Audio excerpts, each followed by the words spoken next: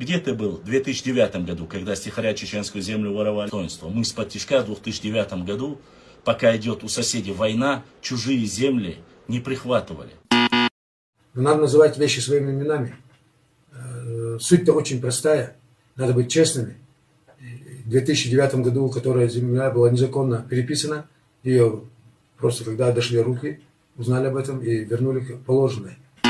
Но как земли могли быть украдены ингушской стороной в 2009 году, если на всех географических картах до этого периода граница между Ингушетией и Чечней показана практически одинаково? Ведь если следовать логике тех, кто так заявляет, то, соответственно, переданная в 2018 году земля должна была быть в составе Ингушетии лишь 9 лет. С 2009 года до момента подписания территориального соглашения в 2018 году.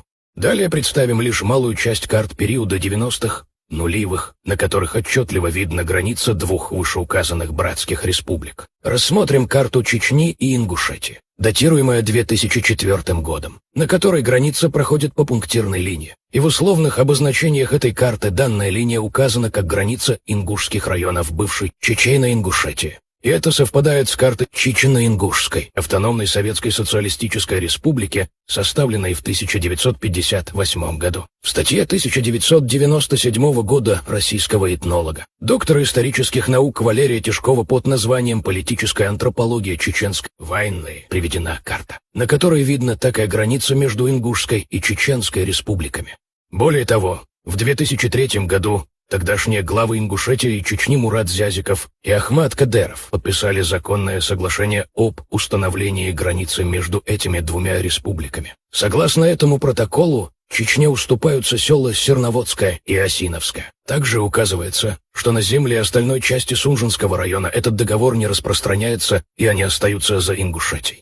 И в соответствии с этим законным соглашением, как видно на политико-административной карте Кавказа по состоянию на 2004 год, граница между двумя вышеуказанными регионами проходит по такому очертанию. В книге 2007 года под названием «Инвестиционные проекты Чеченской Республики» на одной из страниц приведена такая карта, где граница Ингушетии и Чечни показана таким образом. На основании представленных географических карт периода 90-х и нулевых приходим к выводу, что ошибочные заявления о якобы краже ингушской стороной земель в 2009 году безосновательны и голословны, и не имеют под собой никакую убедительную подоплеку, поскольку эта часть территории и так была в составе Ингушетии от времени образования республики до 2018 года.